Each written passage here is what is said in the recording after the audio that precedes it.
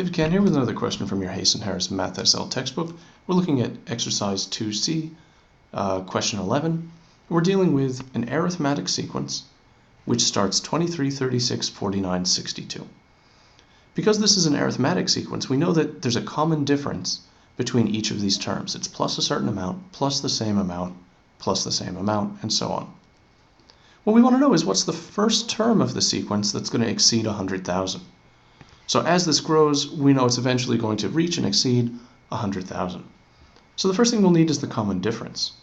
So we'll take 23 from 36, and we find that it's 13. So plus 13, plus 13, plus 13, and so on. Now, to take this all the way out to above 100,000, we're going to need to generalize what's happening here.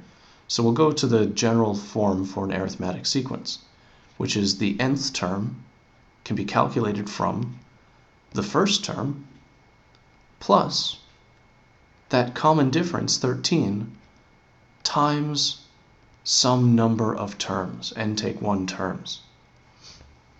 Now we want the result from that common term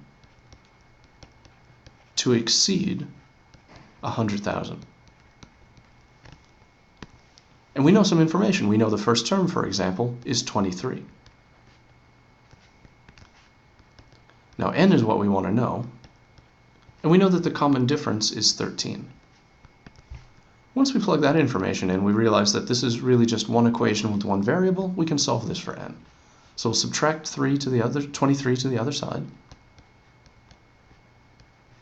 and we get 99,977. And then we can divide by 13. When we do that, though, we don't get a whole number. We get a decimal answer. 7,650.538, and so on. Continuing to solve for n, we'll add 1 to the other side, and this gives us 7,651.538, and so on. So to get exactly 100,000, n needs to be this exact decimal number. But n can only be an integer. So if we have the 7,651st term, well, n has to be greater than 7,651.538. And 7,651 is not greater than 7,651.538. So in order to get above 100,000, we need n to be above 7,651.538. So what that means is that the 7,652nd term exceeds 100,000.